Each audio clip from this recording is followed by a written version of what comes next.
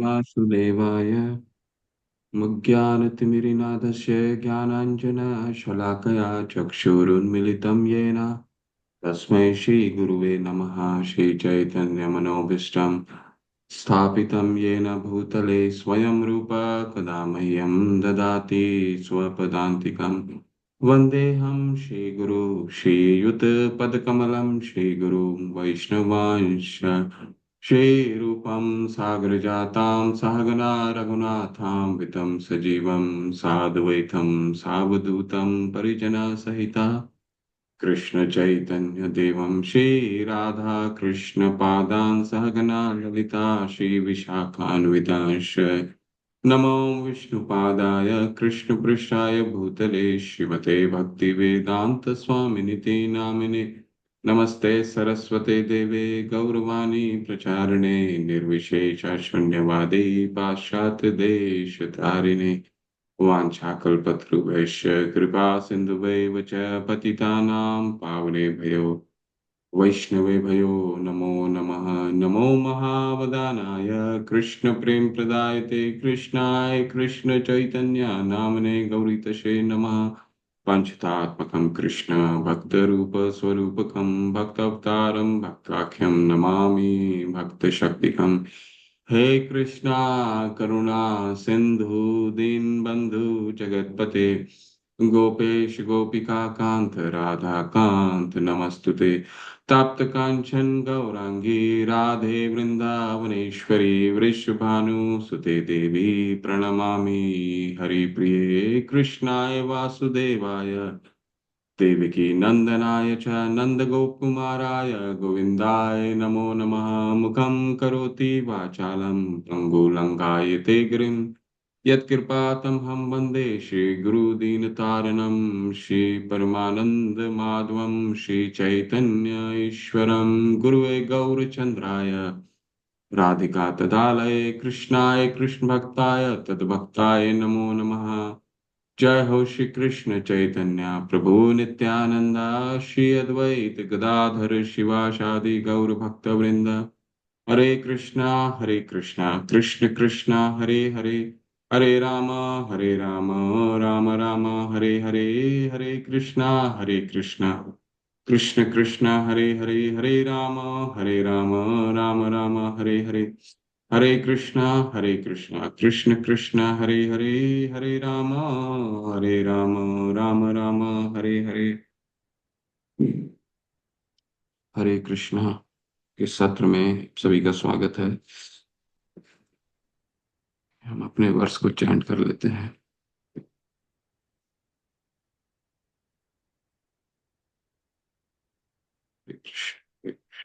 हरे कृष्ण हरे राम राम राम हरे हरे।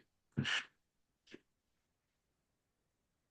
हरे राम राम राम हरे हरे। कृष्ण हरे कृष्ण कृष्ण कृष्ण हरे हरे।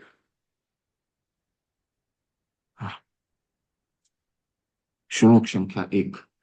अनभिलाषिता शून्यं ज्ञानकर्माधनावृतम् अनुकूलेन कृष्ण अनुशीलनं भक्तिरुत्तमा। अन्य अभिलाषिता शून्यं ज्ञानकर्माधनावृतम् अनुकूलेन कृष्ण अनुशीलनं भक्तिरुत्तमा। सर्व उपाधि विनिर्मुक्तं तत्परत्वेन निर्मलं ऋषिकेन ऋषिकेश सेवनं भक्तिरुच्यते। सर्व उपाधि विनिर्मुक्तं तत्परत्वेन निर्मलं ऋषिकेन ऋषिकेश सेवनं भक्तिरुच्यते। अतः श्री कृष्ण नामादि न भवेद ग्राह्यमिन्द्रियः सेवोन्मुखे हि जिह्वादो स्वयं एव स्फुरति। अतः श्री कृष्ण नामादि न भवेद ग्राह्यमिन्द्रिय सेवोन्मुखे हि जिह्वादो स्वयमेव स्फुरति यदः। अनासक्तस्य विषयान् यथार्हम् उपयुञ्जतः निर्बन्धः कृष्ण सम्बन्धे युक्तं वैराग्यम् उच्यते। अनासक्तस्य विषयान् यथार्हम् उपयुञ्जतः निर्बन्धः कृष्ण सम्बन्धे युक्तं वैराग्यम् उच्यते। हरे कृष्ण। 10 नाम अपराध पढ़ लेते हैं।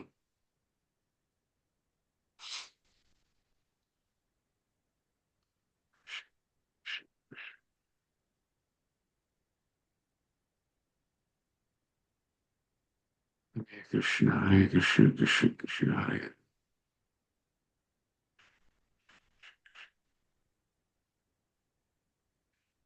हम्म भगवत नाम में होने वाले 10 नाम अपराध। भगवत नाम के प्रचार में संपूर्ण जीवन समर्पित करने वाले महाभागवतों की निंदा करना। दूसरा नाम अपराध है शिव ब्रह्मा आदि देवों के नाम को भगवान नाम के समान अथवा उनसे स्वतंत्र समझना। तीसरा अपराध है गुरु की अवज्ञा करना अथवा उन्हें साधारण मनुष्य समझना। वैदिक चौथा अपराध है वैदिक शास्त्रों अथवा प्रमाणों का खंडन करना। पांचवा अपराध है हरे कृष्ण महामंत्र के जप की महिमा को काल्पनिक समझना। छठा अपराध है पवित्र भगवत नाम में अर्थवाद का आरोप करना। सातवां अपराध है नाम के बल पर पाप करना। आठवां अपराध है हरे कृष्ण महामंत्र के जप को वेदों में वर्णित एक शुभ सकाम कर्म कांड के समान समझना। नवां अपराध है अश्रद्धालु व्यक्ति को हरिनाम की महिमा का उपदेश करना। और 10वां अपराध है भगवत नाम के जप में पूर्ण विश्वास न होना और इसकी इतनी अगाध महिमा श्रवण करने पर भी भौतिक आसक्ति बनाए रखना। भगवत नाम के जप करते समय पूर्ण रूप से सावधान न रहना भी अपराध है। सभी अपराधों का जड़ है। इसलिए प्रत्येक वैष्णव को चाहिए सावधानी पूर्वक जप कर सके, जप करे ताकि जीवन का अंतिम गंतव्य शीघ्र अतिशीघ्र प्राप्त हो। और जीवन का अंतिम गंतव्य है कृष्ण प्रेम। जीवन का अंतिम गंतव्य है कृष्ण प्रेम। जीवन का अंतिम गंतव्य है कृष्ण कृष्ण प्रेम। हरे कृष्ण। तो हम अपने रागानुभक्ति को की चर्चा को जारी रखते हैं। हमने पिछले सत्र में रागानुगा भक्ति शुरू किया। रागानुगा भक्ति जानने से पहले हमें क्या जानने की आवश्यकता है? राग आत्मिका भक्ति किसे कहते हैं? ठीक है। राग आत्मिका भक्ति। श्री श्री राधा गोविंद की जय। शिला प्रभुपाद की जय। हरे कृष्ण। पिछले सत्र में हमने क्या चर्चा किया? राग आत्मिका भक्ति क्या होती है, रागानुगा भक्ति क्या होती है। राग आत्मिका भक्ति का क्या मतलब है? जैसे मतलब शब्द से पता चलता है। राग और आत्मिका मतलब, जो राग मतलब होता है प्रेम विकसित होना और आत्मिका का मतलब होता है स्वतः ही प्रेम विकसित होना। ठीक है। ये प्रेम कैसे विकसित होता है, किसमें पाया जाता है? ये वह ब्रजवासियों में पाया जाता है। ठीक है। और सबसे सर्वोच्च उदाहरण इसके कौन आते हैं? गोपियां आती हैं। ठीक है। ऐसे कई संबंध जो प्रत्यक्ष रूप से कृष्ण का उनका प्रत्यक्ष जो संपर्क बनता है उसे राग आत्मिका कहा जाता है। ठीक है। ये कैसे संपर्क बनता है, हमने कैसे चर्चा किया, वो हम आज उसका और विस्तार से चर्चा करेंगे। परंतु इसका मुख्य होता है दो कारणों से ये रागात्मिका होती है। कृष्ण की कृपा से होती है और पूर्ण जो पूर्व प्रारब्ध होते हैं, कर्मों के पूर्व प्रारब्ध होते हैं, उसके कारण ये होती है। ठीक है। इसके बाद हमने क्या जाना? इसके बाद जाना रागानुगा भक्ति क्या होता है। रागानुगा भक्ति राग और अनुग यानी कि प्रेम विकसित करना। अनुग होकर के, अनुग का क्या क्या मतलब है? सहचर होकर के, यानी कि किसी को हमें फॉलो करना। अनुग का क्या मतलब होता है? फॉलो करना। ठीक है। तो किसको फॉलो करना है? जो राग आत्मिका भक्त हो। ठीक है। इसका हमने मुख्य दो चीजें देखी। अब हम 16वां अध्याय को अपना संपन्न करेंगे। 16वां अध्याय में हम क्या अध्ययन कर रहे थे?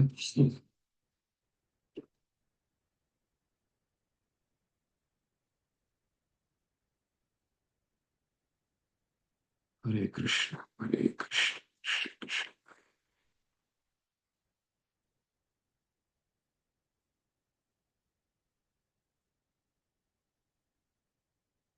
हमने 15वां अध्याय का 16वां जो अध्याय है वो 15वां अध्याय का विस्तार है। ठीक है। तो क्या देखा हमने?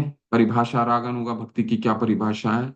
रागानुराग भक्ति, भक्ति साधना भक्ति एक उन्नत अभ्यास है जिसका उद्देश्य वृंदावन के एक शाश्वत पूर्ण निवासी के सेवा मनोदशा को विकसित करना है। ठीक है। वैदिक भक्ति के नियमों को पालन करते करते राग आत्मिका भक्तों का अनुसरण करना ही रागानुगा भक्ति है। और हम रागानुगा रूपानुगा कहलाते हैं। हमारा जो पूरा संप्रदाय है वो रूपानुगा कहलाता है। क्यों?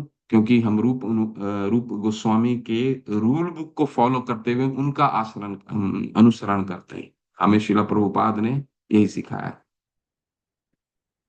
पूर्वापेक्षा पात्रता क्या है? एक विशिष्ट संबंध में कृष्ण की सेवा करने की प्रबल इच्छा होती है। ये इच्छा कैसे प्राप्त करना है? यह सुनकर कि कैसे वृंदावन के शाश्वत निवासी सहज रूप से विभिन्न प्रेम पूर्ण भावों में कृष्ण की सेवा करते हैं।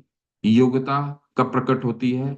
जब लोभ एक विशेष तरीके से कृष्ण को प्रसन्न करने की विलक्षणा अत्यधिक इच्छा, यदि कोई अन्य इच्छा हो तो लोभ लोभ नहीं हो सकता। बहुत महत्वपूर्ण है, इस पे हम चर्चा करते हैं। ठीक है। ये अनुसरण हम कब कर सकते हैं? जो राग आत्मिका भक्त हैं, वृंदावन के जो वासी हैं, जो हमारे आचार्य हैं, हमारे जितने भी आचार्य हैं, ये किसी न किसी भगवान के प्रत्यक्ष रूप में सेवा करते हैं। ठीक है। वो जब हम आगे पढ़ेंगे, ठीक है, हम 16 माला अच्छे से करेंगे, हम आगे पढ़ेंगे, तब भगवान क्या होगा? तेषाम सतत युक्तानाम भजताम प्रीतिपूर्वकम, तेषाम सततम युक्तानाम। भगवान 10वें अध्याय के 9वें श्लोक में क्या कहते हैं, 10वें श्लोक में क्या कहते हैं भगवत गीता के? तेषाम सतत युक्तानाम भजता प्रीति पूर्वकम। अगर भगवान की हम भक्ति भजता प्रीति प्रीति पूर्वक करते हैं। प्रीति पूर्वक का क्या मतलब है? पूर्ण रूप से प्रेम रूप से करते हैं। ठीक है। नाम प्रेम रूप से लेते हैं, भगवान का हरि नाम प्रेम से लेते हैं। भजता प्रीति पूर्वकम, जब हम प्रेम से भगवान का नाम लेंगे तो क्या होगा? तेषाम सतत युक्ता नाम भजताम प्रीति पूर्वकम ददामी बुद्धि योगम तम ये नमा उपयांति ते। तब बुद्धि प्रकट होगी। भगवान स्वतः ही, भगवान तो हमारे हृदय में रहते हैं। ठीक है। भगवान हमारे हृदय में रहते हैं और ददामी बुद्धि योगम, ये बुद्धि स्वतः ही प्रकट होने लग जाती है। ठीक है। बस हमें करना क्या करना है? हमें भगवान की प्रीति पूर्वक भजना है। ठीक है। और प्रीति पूर्वक कैसे भज सकते हैं? हमारे आचार्यगण ने बहुत अच्छे से फॉर्मूला दे दिया। रूप गोस्वामी पाद ने 13वें अध्याय में बहुत अच्छे से 5 चीजों को, मुख्य 5 चीजें पे हमें जोर दिया गया है। क्या है? धामवास। ठीक है। जब भी मौका मिले धाम जाइए। ठीक। दूसरा, और धाम जाने का मौका नहीं मिला तो अपने अपने अपने घर को, भवन को, ठीक है, भवन को ही धाम बनाइए। दूसरा क्या है? शास्त्रों का निरंतर अध्ययन करना। तीसरा, शास्त्रों का अध्ययन करना। तीसरा क्या है? हरिनाम का आश्रय लेना। चौथा क्या है? धामवास, शास्त्रों का, अर्श विग्रह की सेवा करना। और पांचवा क्या है?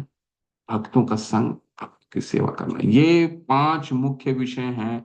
इसमें रूप गोस्वामी पाद ने हमें जोर दिया है। ठीक है। एक एक विषय जब इसका हम अनुसरण करने लगेंगे तो क्या होगा? हम योग्यता प्रकट होगी। योग्यता तब प्रकट होती है जब लोभ एक विशेष तरीके से कृष्ण को प्रसन्न करने की विलक्षणता, अत्यधिक इच्छा, यदि कोई अन्य इच्छा हो तो लोभ नहीं हो सकता। देखिए, हमारे भौतिक जगत में हमें लोभ तो होता है। किस चीज का लोभ हो सकता है? या इंद्रिय तृप्ति की लोभ कर लें हम। ठीक है। अपनी लोभ कर लें। ठीक। इंद्रिय तृप्ति की इच्छा। अगर अगर हम धर्म का भी पालन करते हैं, शास्त्रों को भी पालन करते हैं, तो 4 मुख्य विषय हैं। क्या है? धर्म, अर्थ, काम और मोक्ष। तो अगर भगवान की भक्ति इन चारों में भी हम करने का प्रयास करते हैं तब भी हमें इंद्रिय तृप्ति की लोभ होती है। परंतु हम जब भगवान की भक्ति करते हैं तो ये लोभ क्या होता है?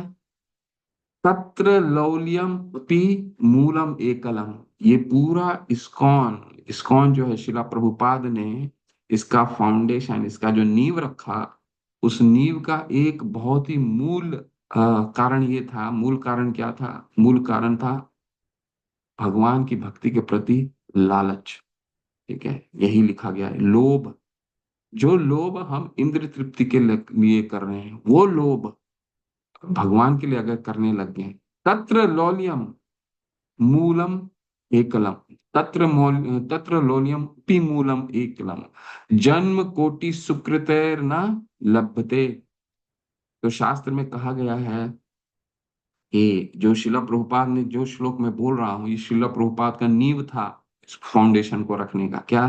तत्र लौल्यम मूलम, तत्र लौल्यम अपि मूलम एकलम।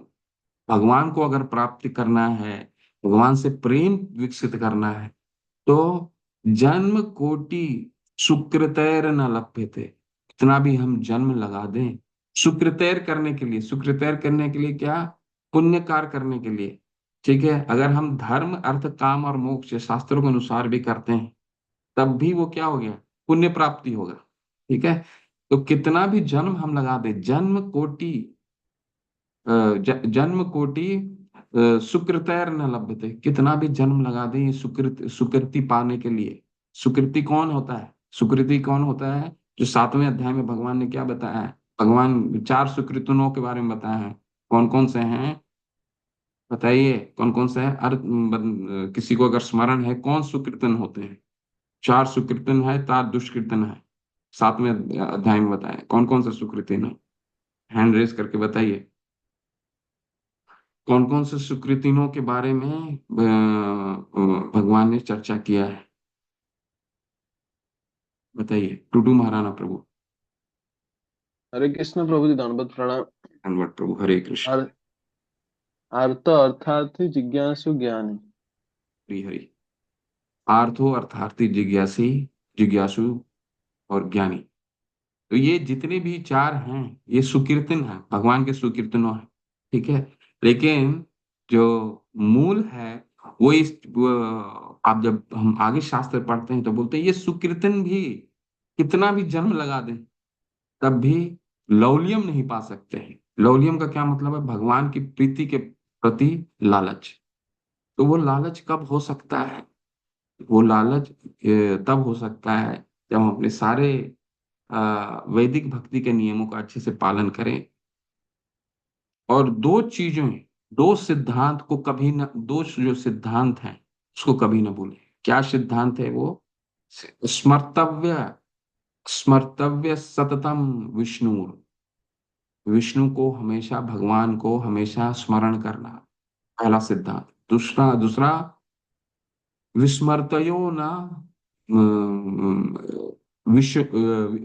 विस्मर्तयो विस्मर्तयो ना जागृति, यानी कि कभी भी विस्मरण नहीं करना। ये दो सिद्धांत बहुत मुख्य है, हमेशा भगवान को स्मरण करना, और दूसरा कभी भी भगवान को विस्मरण नहीं करना, कभी भी भूलना नहीं और हमेशा स्मरण करना। तो देखिए, भगवान शिला आचार्य प्रभुपाद जो हमारे हैं, इन्होंने जो फॉर्मूला दिया है हमारे लिए, सुबह से 4:30 बजे से मंगल आरती, जपा, गुरु पूजा, गुरु पूजा के बाद श्रीमद् भागवतम की कक्षा, इसके बाद शाम को सारा मंदिर का प्रोग्राम। ये प्रोग्राम ऐसा है, ऐसा विकसित किया गया है कि ये भक्ति के लिम्स हैं। ठीक है, क्या लिम्स हैं? ताकि हम हमेशा भगवान को स्मरण करें। दूसरा सिद्धांत क्या है? दूसरा सिद्धांत है कभी भी विस्मरण न हो। अगर ये दो सिद्धांत अगर हम पालन करेंगे, एक समय ऐसा आएगा कि एषा त्वंत गतम पापम जनाना पुण्य कर्म नाम। 7वें अध्याय के अंतिम श्लोक में भगवान क्या कहते हैं? 28वां या 29वां श्लोक है, एषा त्वंत गतम पापम जनाना पुण्य कर्म नाम ते द्वंद्व मोह निर्मुक्ता भजन्ते माम दृढ़वता। हमारे सारे पाप जो हैं, एषा त्वंत गतम पापम, जो जन्म जन्म से हमारा पाप जो संकुचित है, इसके कारण हम पुनरपि जननम पुनरपि मरणम, हमारा दोबारा जन्म मरण हो रहा है, तो वो समाप्त हो जाएगा, हमारा हृदय शुद्ध होगा। और ये जो 5 फॉर्मूला अगर हम करते हैं, तो धीरे धीरे एक ऐसा समय आएगा जब हमारे लिए, हमारे भगवान के प्रति प्रीति बढ़ने लग जाएगी। लौलियम अपि मूलम एकलम, सिर्फ लालच के अलावा भगवान, मूलम एकलम, शास्त्र बताते हैं लालच के अलावा भगवान से प्रेम विकसित करने का कोई और दूसरा तरीका नहीं। कितना भी सुकृति करते रहिए, लेकिन लालच भगवान के लिए, जो यहाँ पे लिखा गया, लोभ भगवान के लिए। ठीक है, लोभ किसका? प्रेम। प्रेम भगवान के लिए, प्रेम विकसित जब तक नहीं होगा, तब तक हम रागानुगा भक्त को के लिए हम, हमारी योग्यता नहीं आ सकती। ठीक है, क्या क्या चीजें हमने चर्चा की? लौलियम मूलम एकलम, इन लालच प्रीति लालच उपज करना पड़ेगा, लालच भगवान के लिए। देखिए शिला प्रभुपाद अपने गुरु के आदेशों का लालच और भगवान की प्रीति के लिए इतना लालच था कि इतने वृद्ध होने के बाद भी, ठीक है, अपने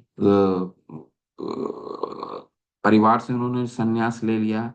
ठीक है, किसी तरह का उनके हाथ में धन नहीं था, लेकिन उत्साह कितना था। ये उत्साह किस चीज, ये उत्साह कैसे आता है? हम में काम करने का उत्साह, इंद्र तृप्ति की उत्साह कहाँ से आता है? किसी ना किसी चीज की लालच होती है, तभी तो वो उत्साह आता है। बिना लालच के उत्साहित हो ही नहीं सकते। कोई कोई भी व्यक्ति उत्साहित नहीं हो सकता किसी चीज का। वो लालच कब उत्साह कब आता है? जब लालच होता है। तो शिला प्रभुपाद में ये उत्साह कहाँ से आया था? ना ही उनके पास पैसा था, ना ही परिवार का सहायता था, ना ही पीछे कोई खड़ा था।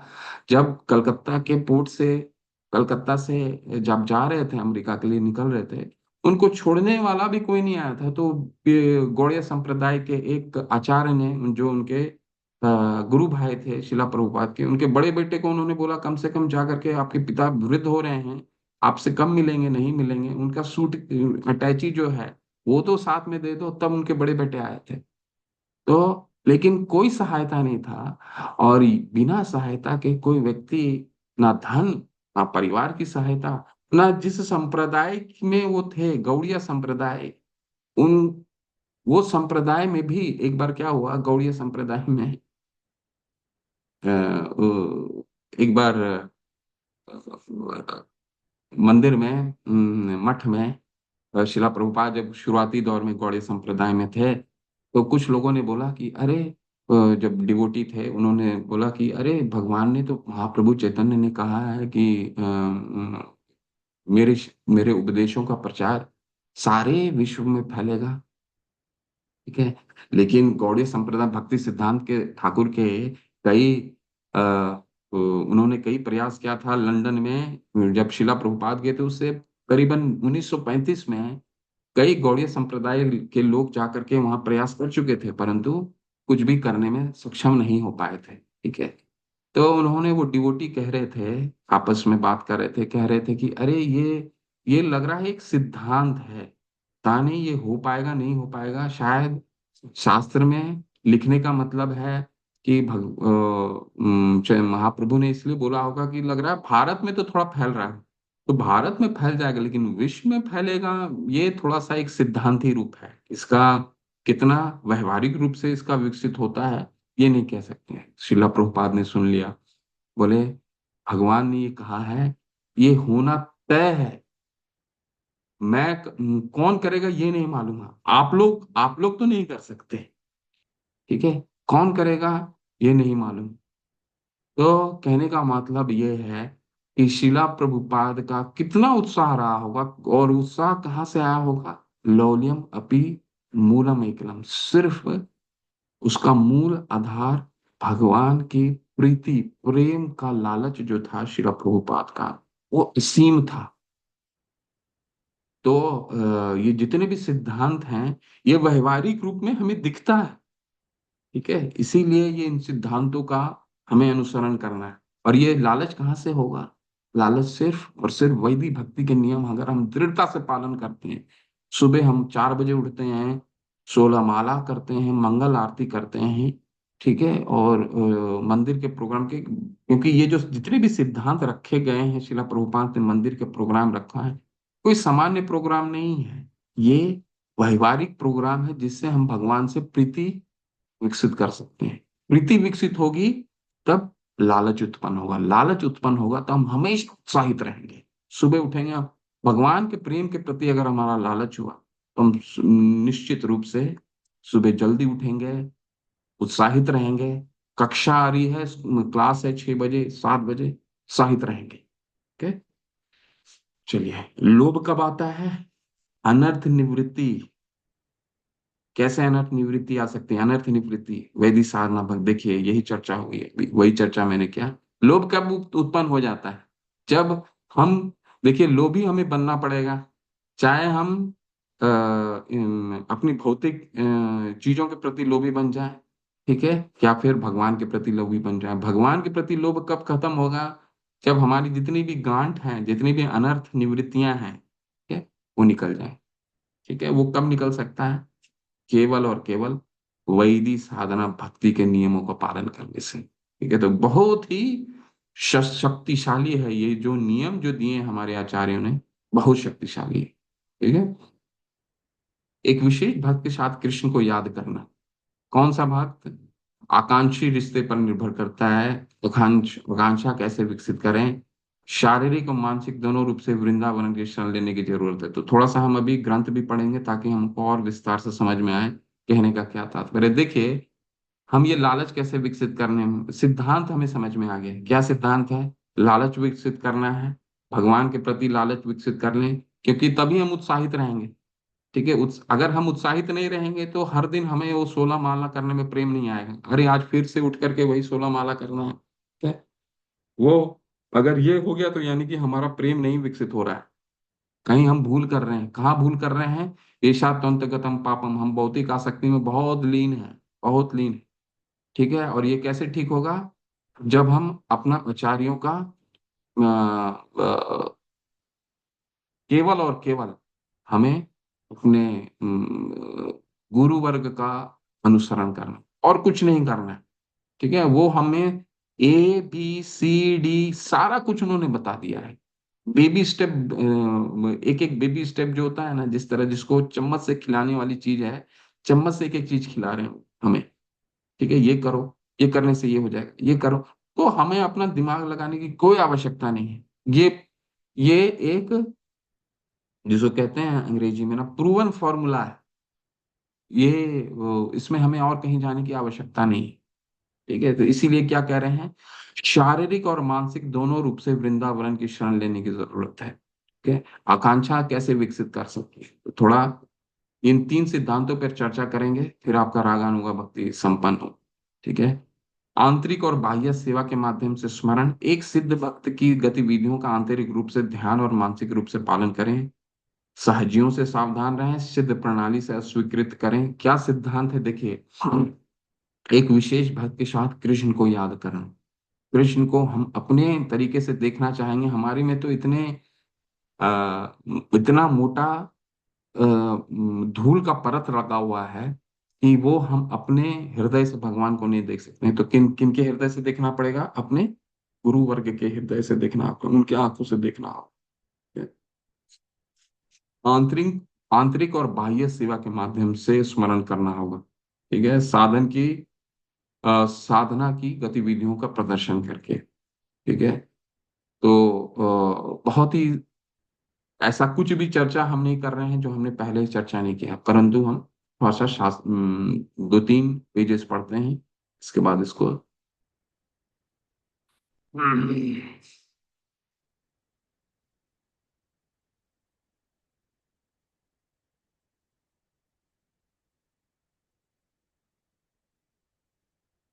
हरे कृष्ण।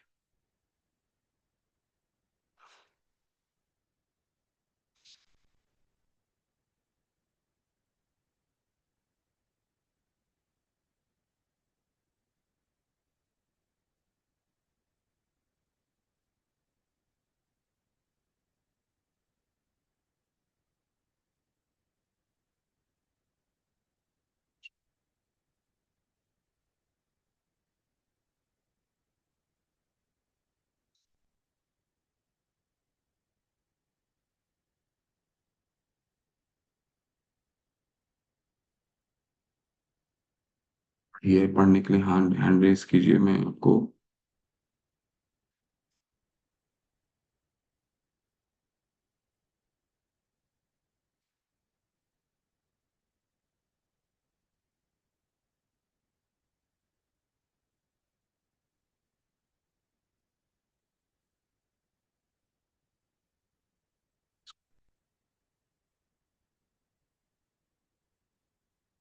इस सिद्धांत को पढ़िए, बहुत सुंदर है। इसको हम अभी, हमने इसको चर्चा कर दिया है, फिर भी हम इसको पढ़ लेते हैं।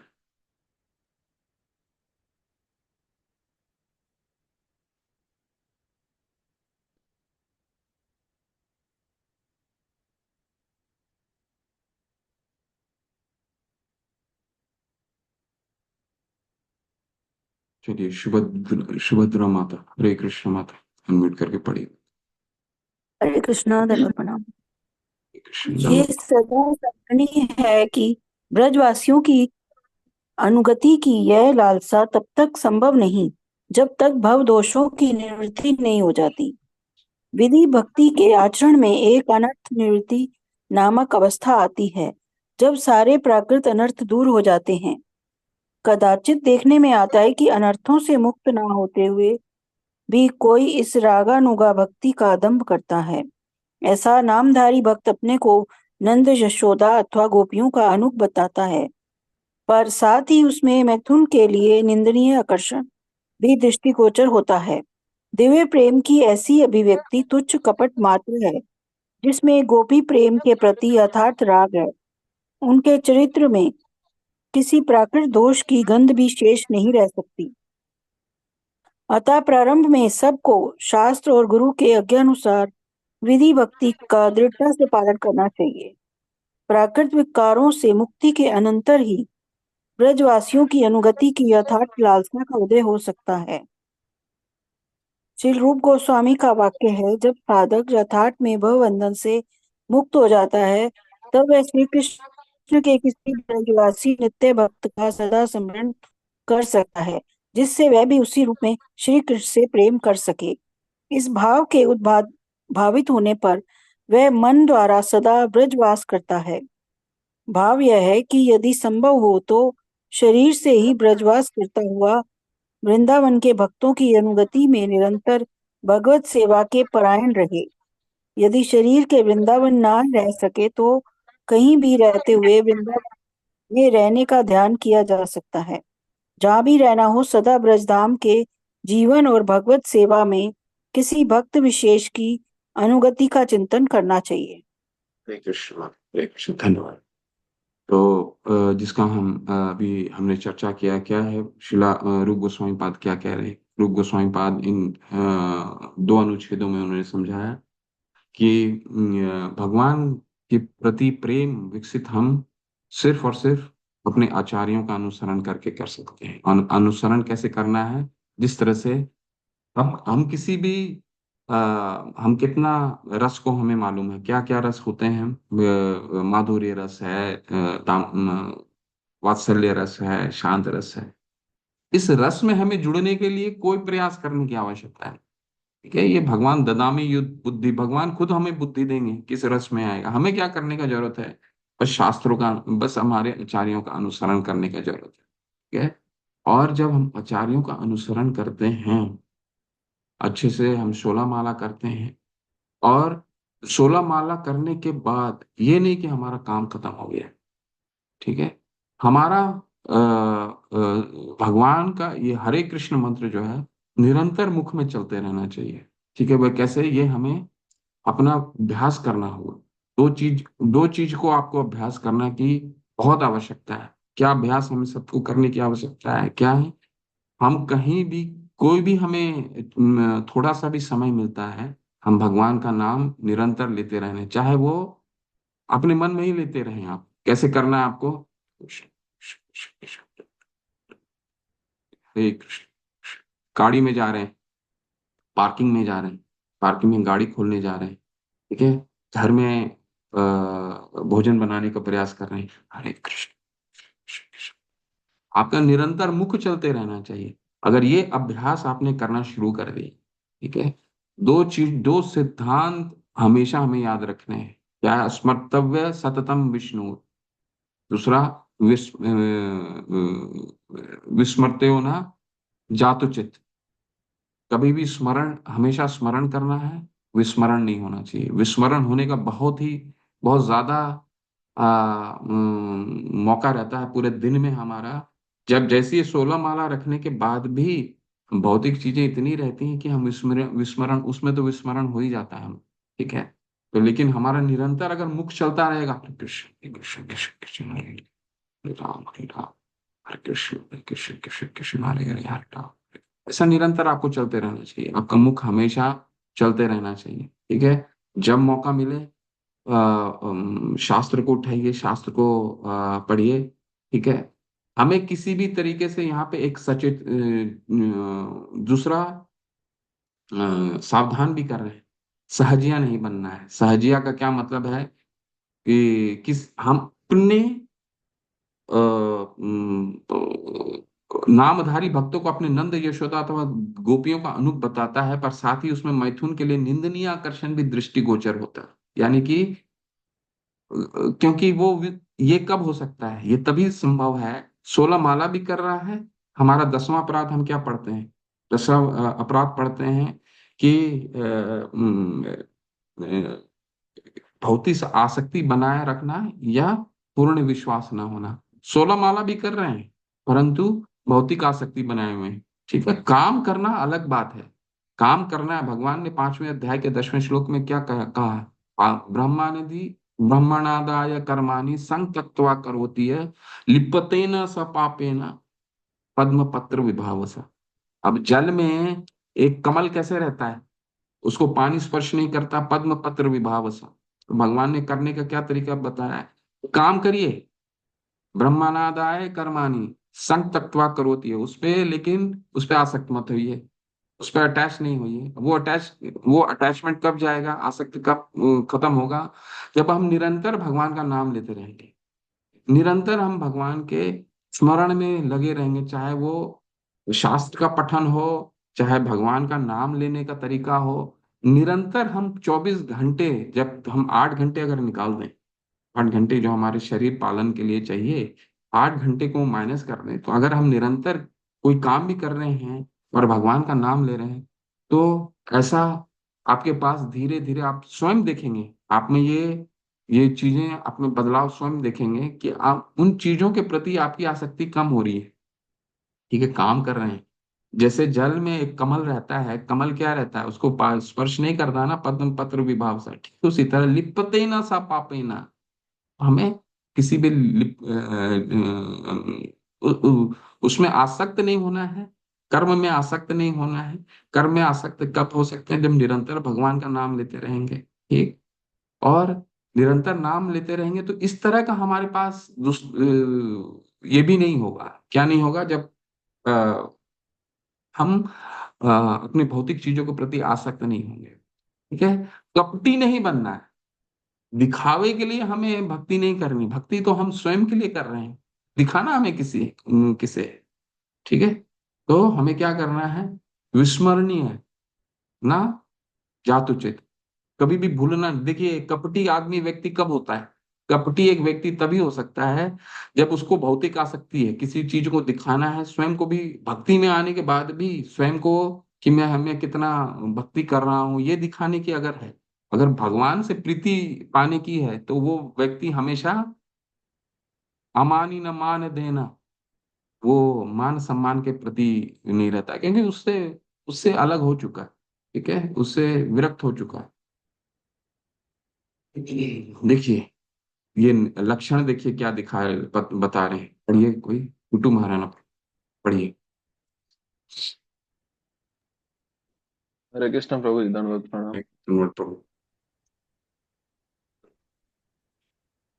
जो वास्तव में कृष्ण भावना में उन्नति कर चुके हैं और निरंतर भक्ति में तत्पर रहते हैं, उस भक्त को पूर्णतः सिद्ध हो जाने पर भी अपने को प्रकट नहीं करना चाहिए। हरे कृष्ण भाव प्रभु, ये हरे है कृष्ण, कि हरे कृष्ण प्रभु, हरे कृष्ण। 2 मिनट रुकिए, फिर देखिए मैंने आपको क्या कहा अभी कि कपटी नहीं बनना। कपटी हम कब बनेंगे, नहीं बनेंगे? जब हमारा प्रेम, एक माता अपने छोटे पुत्र के प्रति कितना पुत्र या पुत्री बच्चे के प्रति कितनी आसक्त रहती है। ठीक है, वो उनको प्रेम दिखाने की आवश्यकता नहीं होती। ठीक उसी तरह भगवान से हमारा प्रीति जब विकसित होता है तो कि उसके लक्षण क्या है? उस भक्त की पूर्णता सिद्ध हो जाने पर वह अपने आप को प्रकट नहीं करना चाहिए। शिला प्रभुपाद हमें बहुत महत्वपूर्ण इन सिद्धांत दे रहे हैं। प्रकट नहीं करना चाहिए किसी तरह। हम इतना माला कर रहे हैं, किसी को भी मत बताइए कि आपने 16 माला से ऊपर करना शुरू कर दिया। किसी किसी कोई 20 करता है, कोई 19 करता है, कोई 20 25 करता है, नहीं बताना है हमारे। क्यों? क्योंकि हमारा 25 में भी 25, अगर हम 20 भी माला कर रहे हैं, अभी इतनी भौतिक आसक्ति बनाई, हम शुद्ध नहीं हुए। ठीक है, तो बताने की क्या आवश्यकता है किसी को। चलिए प्रभु, पढ़िए। भाव ये है कि जब तक प्राकृत देह है, वह निरंतर कनिष्ठ साधना के अनुसार ही साधन करता रहे।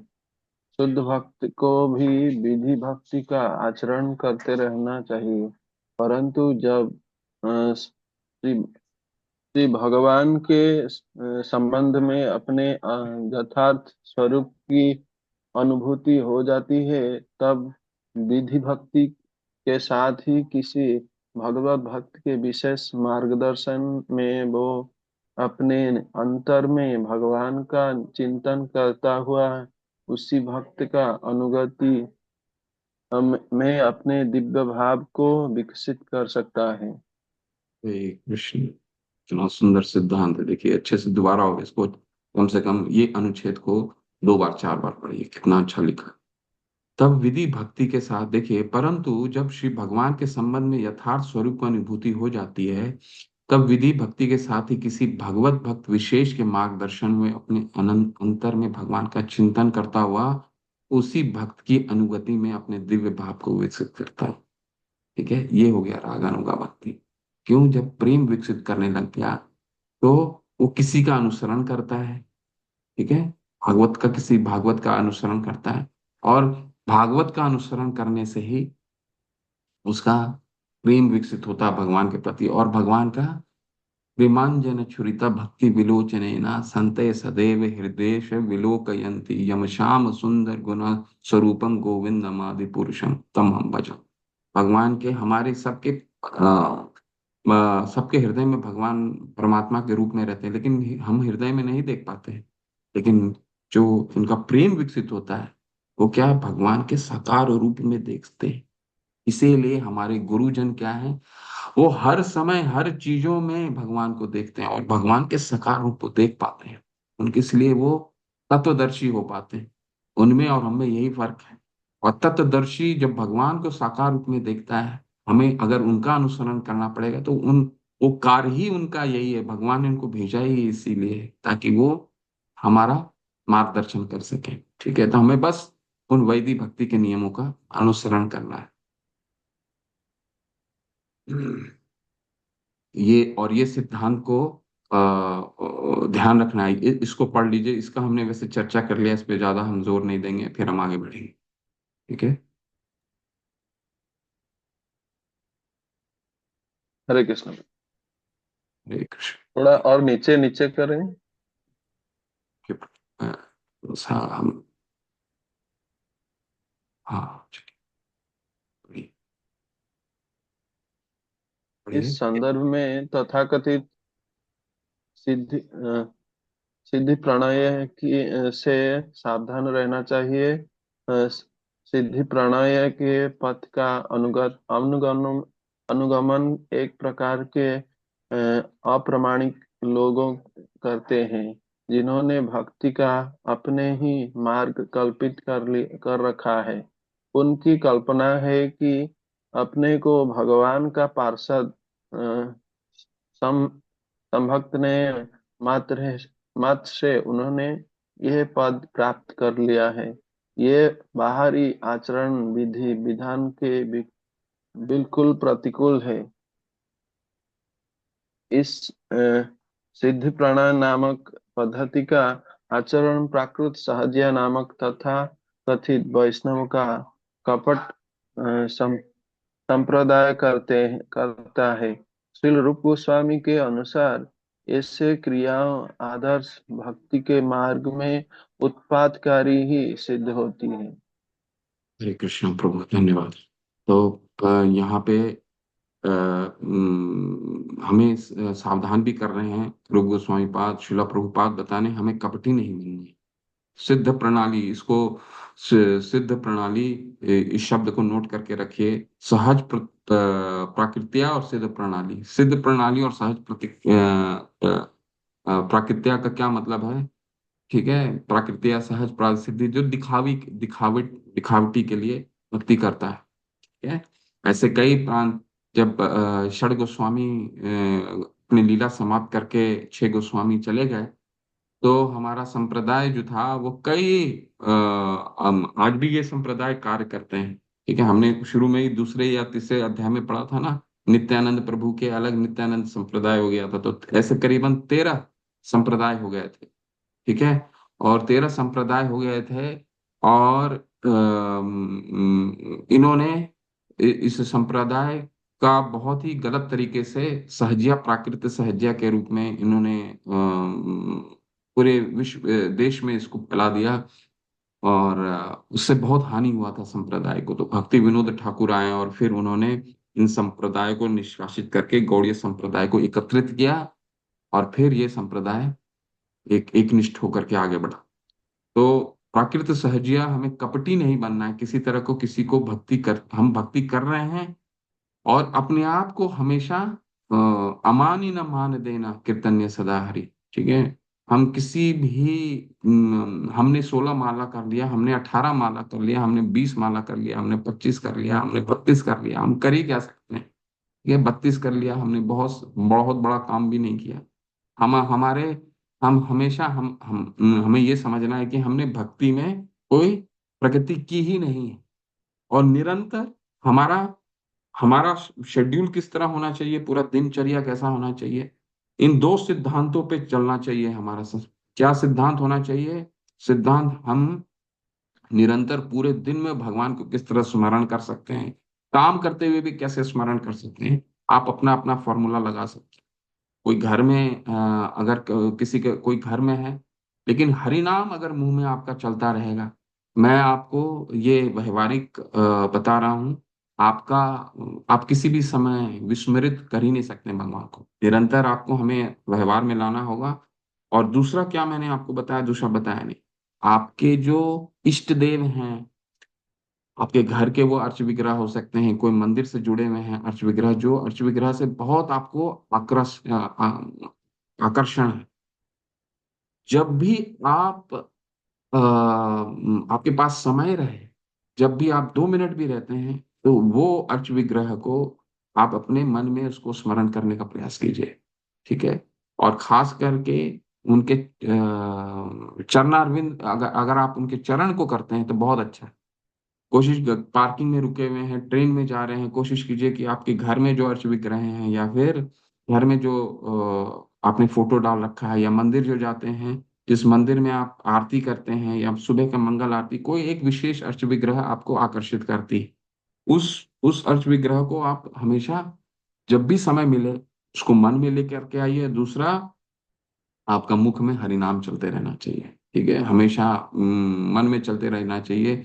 इससे दो फायदे हैं। एक तो हमारा निरंतर, हमारा सततम क्या होता है, निरंतर स्मर्तव्य क्या सिद्धांत है, स्मर्तव्य सततम विष्णु, भगवान का निरंतर स्मरण करना चाहिए। और सिद्धांत नंबर 2, विस्मर्त्यो न जातु चित्त, कभी भी स्मरण नहीं होता, पहला। दूसरा, हम हम अपने मुख को भगवान की निरंतर सेवा में लगा के रखते हैं। हमने क्या लिखा था, अतः श्री कृष्ण नाम आदि न भवेद ग्राह्य इंद्रिय, सेवोन्मुखे ही जीवादो। जब हम जीवन से भगवान की सेवा करते हैं, सेवोन्मुखे ही जीवादो स्वयं एवं स्फुरति। फिर ये ददामी बुद्धि योगम, जो भगवान की बुद्धि देते हैं कि हमारे भक्ति में आगे कैसे पढ़ें, आप बढ़ें, आपकी ये बुद्धि स्वयं विकसित होने लगेगी आपके हृदय में। आपके पास जितने उलझन आते हैं कि अरे इसके कारण हमको 8 बजे ट्रेन पकड़ना है, जिसके कारण, या 8 बजे ऑफिस जाना है, जिसके कारण मुझे ये छोड़ना पड़ा, ये छोड़ना पड़ा, वो बुद्धि आपके, विश्वास रखिए, आपके हृदय में वो स्वयं विकसित होने लगेगी। तदामी बुद्धि योगम। ठीक है, जितनी भी अनर्थ हैं वो कटने लग जाएंगे। ठीक, निरंतर आपका मुख चलना चाहिए। दूसरा, इष्ट देव, अपने घर के अर्च विग्रह, मंदिर के अर्च विग्रह, उनको अपने हृदय में सुनो। निरंतर 2 मिनट आंख बंद कीजिए, उनको निरंतर लेके आते रहिए। ठीक है, ऐसा कर सकते हैं जब भी आप घर से बाहर कोई कार में है। बाकी शाम को अगर आते हैं तो अपने परिवार के साथ रहिए, तो कुछ शास्त्रों का अध्ययन कीजिए। ठीक है, चलिए आगे बढ़िए।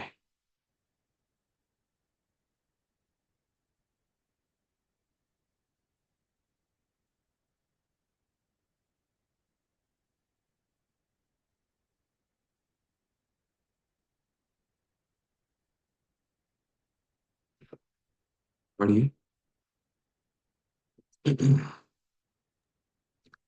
हरे कृष्णा प्रभु जी। और कोई नहीं पढ़ रहे हैं?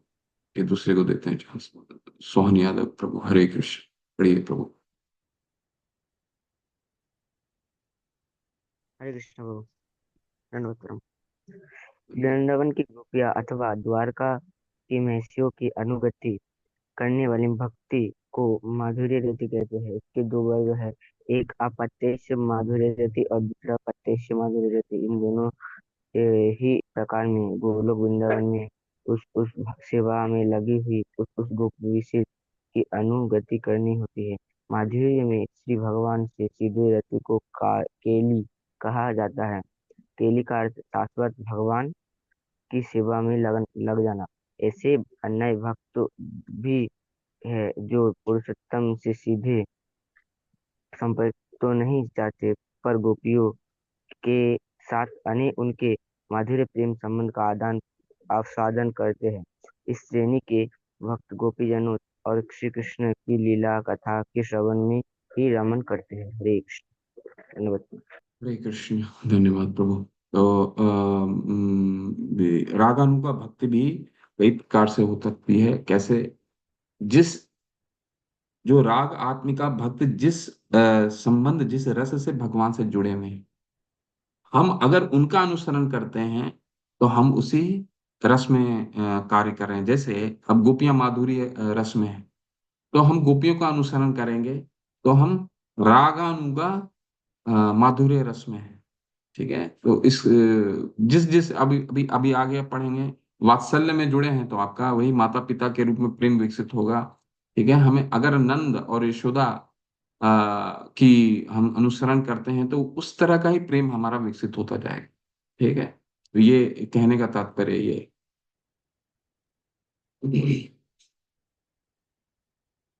देखिए, एक बहुत अच्छा ये अभी हमारे मन में ये हमेशा आता है कि कि गोपियों का अनुसरण तो सिर्फ स्त्रियां कर सकती हैं, पुरुष कैसे कर सकते हैं?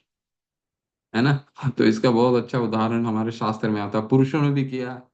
पुरुषों ने गोपियों के भाव में भगवान से कैसे जुड़े, पुरुष होते हुए भी। ठीक है? तो उसका हम उदाहरण पढ़ते हैं, बहुत सुंदर उदाहरण है। दंडकारण्य के ऋषिगण। ठीक है? ये कौन है दंडकारण्य के ऋषिगण? दंडकारण्य कौन सा जंगल है जहाँ श्री राम गए थे? अपना वनवास का पहला उनका क्या था? दंडकारण्य जंगल था। देखिए, पढ़िए इसको किसी को, और ये पूरा उदाहरण के साथ पढ़िए। आदित्य गर्ग प्रभु, हरे कृष्ण प्रभु, पढ़िए प्लीज। हरे कृष्ण प्रभु जी। हरे कृष्ण। श्रीला प्रभुपाद जी द्वारा श्रीला प्रभुपाद जी की जय। सभी वैष्णव भक्तजन की जय। माधुर्य रति का प्रकाश केवल स्त्रियों में ही नहीं होता। दिव्य प्रेम लीला का प्राकृत देह से कोई संबंध नहीं है। स्त्री में श्री कृष्ण के सखा भाव का और पुरुष में वृंदावन में श्री कृष्ण की सखी गोपी बनने का भाव का उदय हो सकता है। इसका प्रत्यक्ष प्रमाण पद्म पुराण में है। पूर्व काल में दंडकारण्य के निवासी सारे ऋषि मुनि भगवान श्री राम की रूप माधुरी को देखकर इतने लुब्ध हो गए थे कि स्त्री रूप में उनका आलिंगन करने की इच्छा करने लगे। कालांतर में गोलोक वृंदावन में श्री कृष्ण का अवतरण होने पर ये ऋषिगण भी गोपियों के रूप में वहां उत्पन्न हुए। इस प्रकार भगवान को प्राप्त होकर उनका जीवन सिद्ध हो गया। दंड का ये पढ़ना है प्रभु जी। जी प्रभु, दंड कारण बहुत सुंदर पढ़िए। जी। दंडकारण्य के ऋषियों की कथा इस प्रकार है। जब भगवान श्री रामचंद्र जी दंडकारण्य में विराज रहे थे तो वहां भक्ति योग में लगे हुए तपस्वी मुनिजन उनकी रूप माधुरी पर मुग्ध होकर श्री कृष्ण के साथ माधुर्य प्रेम लीला का आस्वादन करने वाली गोपियों के चिंतन में मग्न हो गए। यह स्पष्ट है कि यह जानते हुए भी कि भगवान श्री रामचंद्र और श्री कृष्ण एक ही परमेश्वर हैं, उन्होंने गोपियों की ही माधुर्य की इच्छा की। उन्हें ज्ञात था कि रामचंद्र आदर्श राजा होने के कारण एक से अधिक पत्नी अंगीकार नहीं कर सकते, परंतु भगवान श्री कृष्ण वृंदावन में उन सबकी अभिलाषा को पूर्ण कर सकते हैं। उन ऋषियों ने यह भी निर्णय किया कि कृष्ण रूप श्री राम के, तो वही थोड़ा सा ऊपर करिए इसको, कि कृष्ण रूप श्री राम के रूप से अधिक मधुरिमामय अथवा आकर्षक है।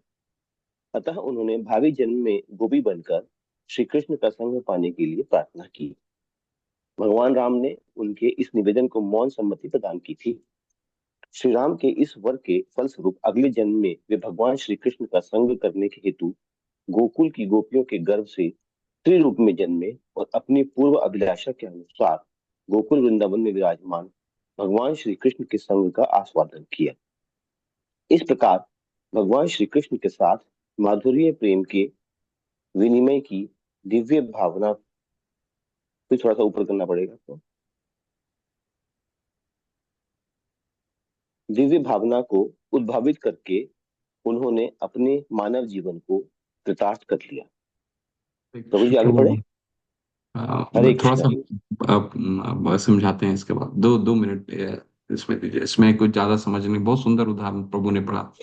क्या सुंदर उदाहरण था कि गोपियों के भाव में कोई भी जुड़ सकता है। हमारा हम ये सोचते हैं कि केवल स्त्रियां जुड़ सकती हैं, नहीं, यहाँ पे हमारे साक्ष्य उदाहरण है। क्या उदाहरण है? दंडकारण्य के जो ऋषिगण थे, भगवान रामचंद्र से उनके रूप से इतना मोहित हो गए थे कि उनसे स्त्री के रूप में उनका आलिंगन करना चाहते थे। लेकिन भगवान, क्योंकि मर्यादा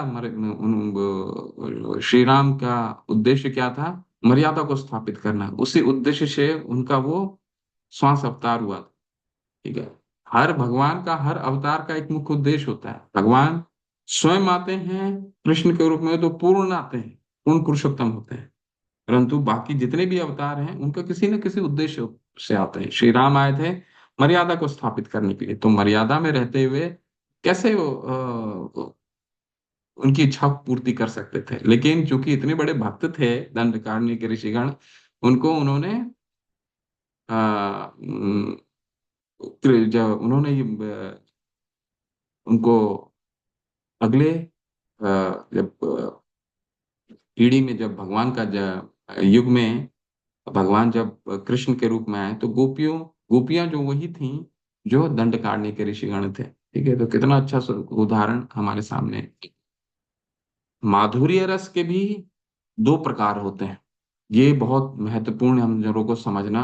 अभी के लिए इतना समझ लीजिए, क्योंकि क्या भेद है माधुर्य में? पति पत्नी का स्वीकारा प्रेम या प्रियतम में होने वाले परिक्रिया परकिया प्रेम, जिसमें कृष्ण का स्वीकारा प्रेम का उदय होता है, वो भक्त द्वारका में उन्हीं महिषी बनाता है। स्वीकाया, स्वीकाया और परिक्रिया। ठीक है। स्वीकाया कौन होते हैं? भगवान से जो द्वारका में है। ठीक है। पति पत्नी के रूप में उस प्रेम माधुर्य रस को स्वीकाया कहा जाता है। और जो बिना विवाह के बंधन में बंधे हुए जो प्रेम, जो गोपियों का प्रेम है, और परकिया कहा जाता है। ठीक है। इसको इसको स्मरण रखिए। परकिया भाव जो है वो इस गौड़ीय संप्रदाय जो का विकास, क्योंकि स्वीकाया जो होता है वो ऐश्वर्य का भाव होता है। ठीक है। पत्नी वो ऐश्वर्य का, परकिया जो भाव है उसके बारे में हमें पढ़ना, उसके बारे में जानना हमें बहुत जरूरी है। ठीक है। थोड़ा सा हम इसे जानेंगे। चलिए, और कोई पढ़ना चाहते हैं पढ़िए। हाँ,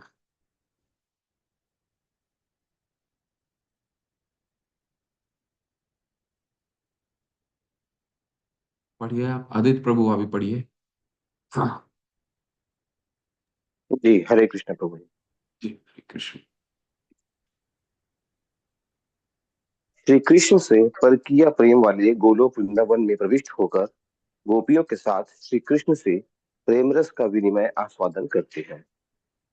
यह ध्यान रहे कि गोपी अथवा महिषी के रूप में भी यह कृष्ण प्रेम स्त्रियों तक सीमित नहीं है।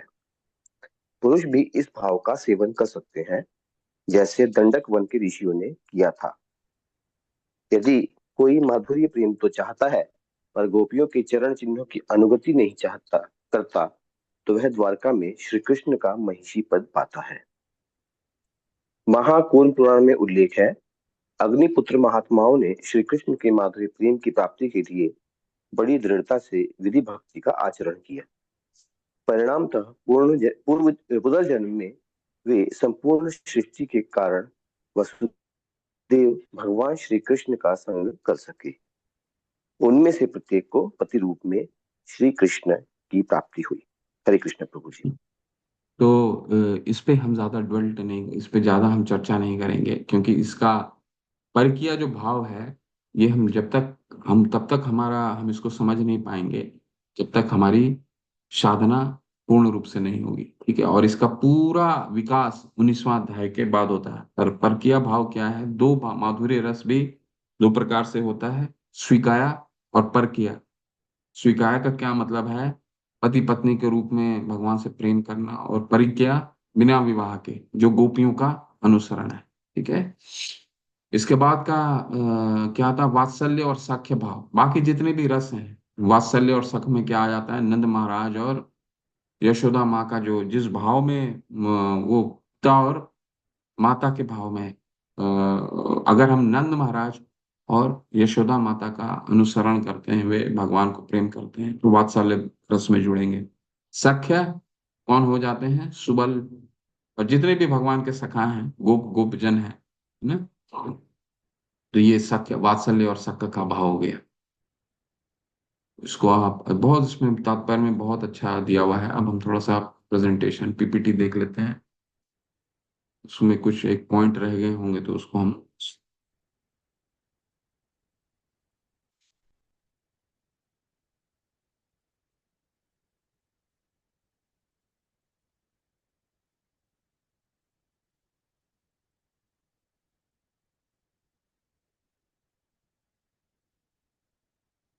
हमने इसका चर्चा किया है। रूप गोस्वामी पाद ने क्या कहते हैं? किसी चीज के प्रति सहज आकर्षण, तीव्र इच्छा और प्रेम के साथ पूरी तरह से लीन रहते हुए सहज प्रेम की ऐसी भावनाओं के साथ की जाने वाली भक्ति सेवा को रागानुगा भक्ति कही जाती है। पालन ये रागानुगा भक्त बहुत सख्ती से पालन नहीं करते, लेकिन सहज स्वभाव से कुछ शाश्वत भक्तों के प्रति का आकर्षित हो जाते हैं और अन्यास उनके नक्शे कदम पर चलने की कोशिश करते हैं। ठीक है, जब राग उत्पन्न हो जाता है तो वैदिक भक्ति के नियम जो होते हैं वो बाधक नहीं होते हैं। हमारे लिए वैदिक भक्ति के नियम आवश्यक हैं, लेकिन जब राग उत्पन्न हो जाता है तो वो भक्ति के नियम स्वतः ही पालन हो जाते हैं। किसी से प्रेम विकसित करते हैं तो प्रेम के जो नियम हैं वो स्वतः ही वो करता है। पालन करने की इतनी उत्सुकता तब तक संभव नहीं है जब तक कोई भौतिक संदूषण से मुक्त न हो। अनर्थ निवृत्ति, इस पे हमने विस्तार से चर्चा के लिया। जब तक शरीर में अंतर आंतरिक रूप से सोचे भगवान की को और एक विशेष सहयोगी का पालन करने में भावनाओं को विकसित करना और विशेष स्वाद को विशेष रूप से एक नवांग में अवशेषित करना। सिद्ध प्रणाली के बारे में भी हमने पढ़ा। सिद्ध प्रणाली और प्राकृतिक सज्जा कौन है? कपटी लोग जो दिखावे के लिए भक्ति करते हैं। ठीक है, तो हमें इसको ध्यान में रखना है। हमें अनर्थ निवृत्ति करने, हमें हम अपने हम भक्ति के लिए अगर भगवान से प्रेम विकसित करना है तो दिखावटी के लिए नहीं होगा। हमें क्या करना है? सिर्फ और सिर्फ अपने आचार्यों का अनुसरण करना है। राग अनुगा भक्ति में दो तरीके की भक्तियां का चर्चा आया है। रागात्मिका काम, वो हमने पहले पढ़ लिया। काम रूपा और संबंध रूपा। काम रूपा क्या होता है? जो माधुर्य भक्ति में उसको काम रूपा कहा जाता है। काम का हमने 15वें अध्याय में बहुत ही विस्तार से चर्चा किया। काम क्यों बोला गया उस माधुर्य प्रेम को? क्योंकि और कोई शब्द नहीं है भौतिक जगत में इसे समझाने के लिए। चार गण बताते हैं। संबंध रूपा क्या हुआ? माधुर्य प्रेम के अलावा और जो भी संबंध हैं, चाहे वो वात्सल्य है, सखा है, शांत है, ये वो सब संबंध रूप, वो एक दूसरे संबंध में जुड़ते हैं। ठीक है, दाम्पत्य प्रेम, माधुर्य प्रेम में क्या प्रत्यक्ष रूप से जुड़ा को केली कहते हैं। ये लीलाओं को सुनकर ही संभव है। जो पहले से ही सेवा में लगे हुए हैं, श्रवण के साथ संबंध विकसित करते हैं, आकर्षित हो जाते हैं। ठीक है, तो ये आपका रागानुगा भक्ति यहाँ पे संपन्न होता है। तो ये अध्याय रागात्मिका भक्ति का वर्णन करता है। जो वृंदावन 15वां अध्याय जो है रागात्मिका भक्ति का वर्णन करता है, जो वृंदावन के शाश्वत निवासियों की सहज भक्ति सेवा है। 16 अध्याय में हमने रागानुगा भक्ति के बारे में चर्चा किया। कि रागानुगा भक्ति की प्रक्रिया व्यवहार में सहज भक्ति सेवा का वर्णन किया गया है। यानी कि जो रागात्मिका भक्तों का जो अनुसरण करते हैं वो रागानुगा भक्त कहलाते हैं। और जिस रस में वो जुड़ना चाहते हैं वो उन भक्तों से जुड़ते हैं। हम गोपियों से जुड़ेंगे तो वो माधुर्य प्रेम विकसित होगा, अगर बाकी संबंध रूपों से जुड़ेंगे, वात्सल्य से जुड़ेंगे तो वात्सल्य प्रेम विकसित होगा। ठीक है। और अंत में आप अगर देखेंगे तो पुष्टि मार्ग का भी वर्णन आता है। पुष्टि मार्ग में जो बाल गोपाल लेकर के आप बाल गोपाल का जो लोग सेवा करते हैं वो कौन सा मार्ग है? वात्सल्य प्रेम का मार्ग है। ठीक है। तो ये आपका 16वां अध्याय संपन्न होता है। और 3, 16, 17, 18, 19 ये 3 अध्याय हैं। हम कोशिश करेंगे कि इन तीनों का हम अगले सत्र में इन तीनों को संपन्न कर सकें। ये छोटे छोटे छोटे अध्याय हैं। क्यों छोटे अध्याय हैं? क्योंकि हमें बस बहुत थोड़ा सा 17, 18, 19 भाव और प्रेमा भक्ति के बारे में बताया गया है। तो बहुत ही संक्षेप में बताया गया है। ये 17, 18, 19 वो अध्याय हैं जिसका विस्तार 19 अध्याय के बाद शुरू होता है। इसलिए हम संक्षेप में जान लेंगे कि भाव भक्ति क्या है, प्रेमा भक्ति क्या है। ठीक है। और फिर उसके अगले सप्ताह से हम अगले ग्रंथ के ओर जाएंगे। ठीक है।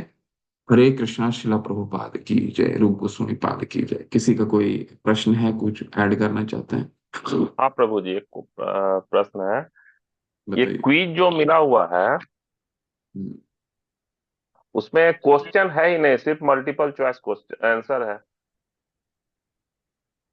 विदाउट क्वेश्चन आंसर डाला हुआ है। कैसे इसको कंप्लीट करेगा आदमी? इसी तरह मैंने ठीक 4-5 किया, उसके बाद समझ में नहीं, ऐसे मैंने रोक दिया। है, मैं देखता हूँ। वैसे तो ऐसा नहीं होना चाहिए। तो लिंक में कोई से रहती हैं, आपने कहा है तो आज देखता हूँ हाँ, तो मैं हरे देख करके कृष्णा। आपको बताऊंगा। हरे कृष्ण। प्रभु जी, इसमें जैसे गोपियों का प्रेम सबसे माधुर्य मतलब सबसे श्रेष्ठ माना जाता है, और जिसमें राधा रानी तो सर्वोच्च गोपी है ना।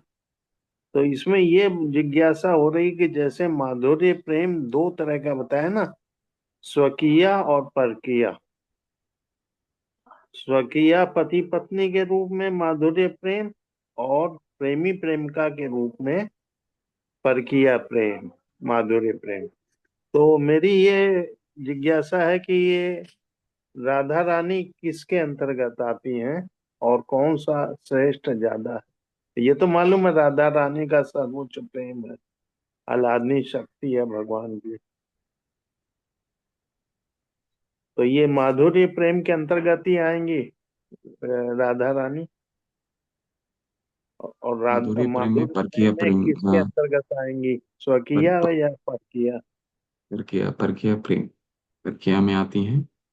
और परकीय प्रेम क्यों सर्वश्रेष्ठ है, क्यों सर्वोच्च माना जाता है, इसका बहुत विस्तार है। लेकिन इतने विस्तार में चर्चा करने का न मेरी योग्यता है, न मैं चर्चा करूंगा अभी। बस परंतु संक्षेप में आपको बता देता हूँ।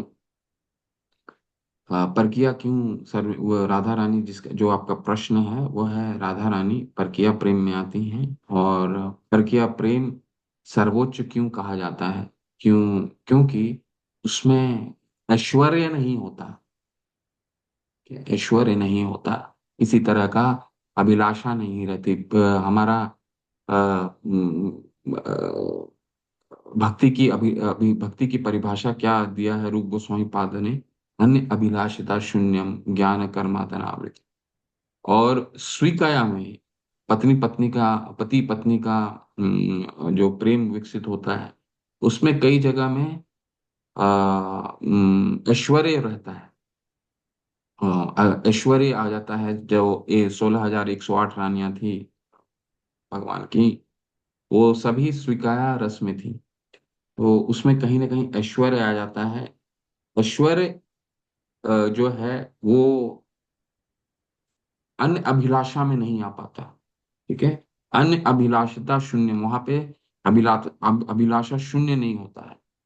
तो ये कहाँ पे स्थापना इसका स्थापित कहाँ किया गया है? जब रामानंद राय और महाप्रभु चैतन्य महाप्रभु के बीच का संवाद है, तो उस संवाद में इसकी सर्वोच्चता को स्थापना की गई कि परकिया जो प्रेम भाव है वो क्यों सर्वश्रेष्ठ है। ठीक है, तो उसके लिए हमें चैतन्य चरितामृत की मध्य लीला का एक पूरा ग्रंथ है, एक पूरा किताब है, जिसकी परकिया प्रेम को सर्वोच्चता को स्थापित किया गया है। तो आपका प्रश्न का उत्तर है राधा रानी परकिया भाव में है और वो सबसे सर्वोच्च है।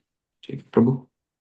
क्योंकि मतलब कोई अभिलाषा इसमें नहीं रहती, शून्य रहती है ऐश्वर्य ना, नहीं रहता, ऐश्वर्य नहीं रहता। ऐश्वर्य नहीं रहता। ठीक है प्रभु जी, धन्यवाद। वैसे मैं प्रभु जी ये वाला चैप्टर थोड़ा मेरे को 15 वाले से भी ज्यादा डीप में लगा है ना। रागात्मिका और रागानुगा में तो क्लियर डिफरेंस है। अब ये संबंध रूपा और ये फिर इसको डिटेल में बताया इस चैप्टर में कामानुगा।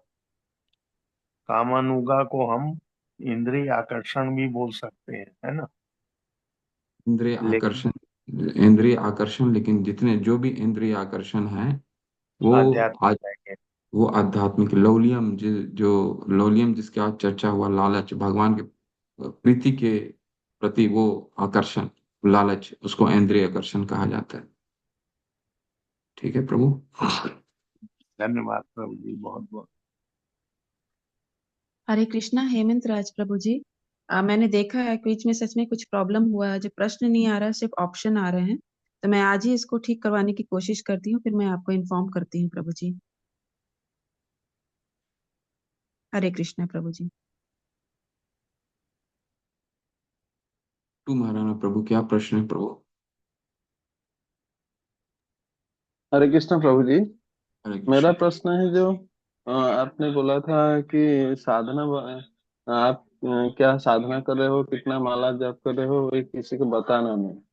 तो अगर घर में कोई हम किसी को उत्साहित करते हैं भक्ति करने के लिए, वो अगर पूछ रहा है तो उससे भी बताना नहीं है क्या? नहीं नहीं, बताना जरूर है प्रभु, बताइए, लेकिन उसको शिक्षा के भाव से बताइए।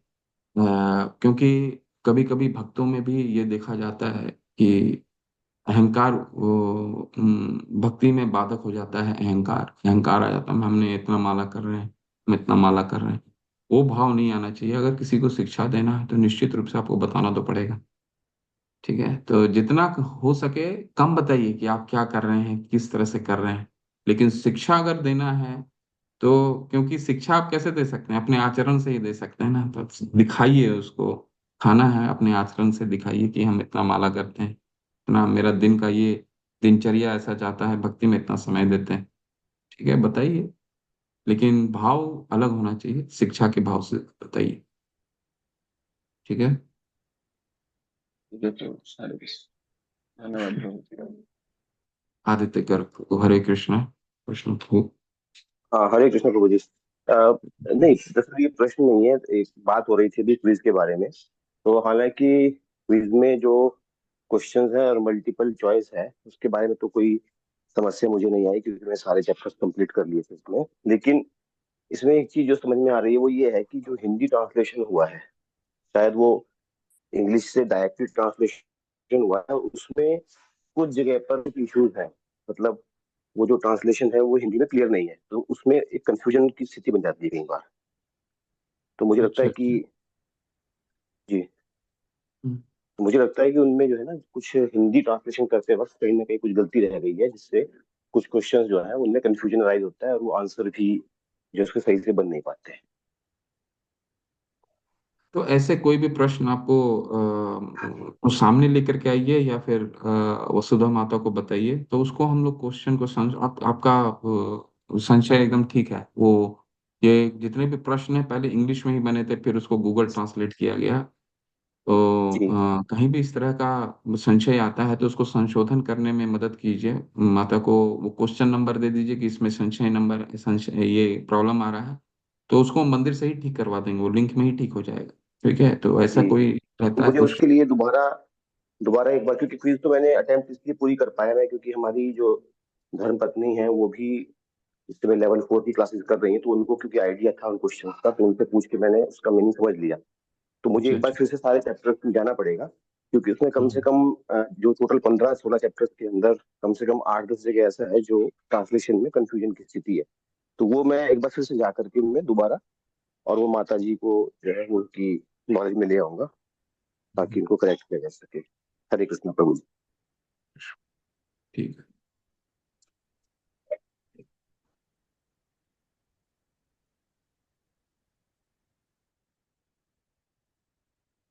प्रभु जी अटेंडेंस लिंक भिजवाइए ना। अटेंडेंस लिख तो आई है प्रभु, अटेंडेंस लिख देखिए, चैट बॉक्स में देखिए। खाली है चैट बॉक्स, पता नहीं, एक बार दोबारा भिजवा दीजिए ना प्लीज।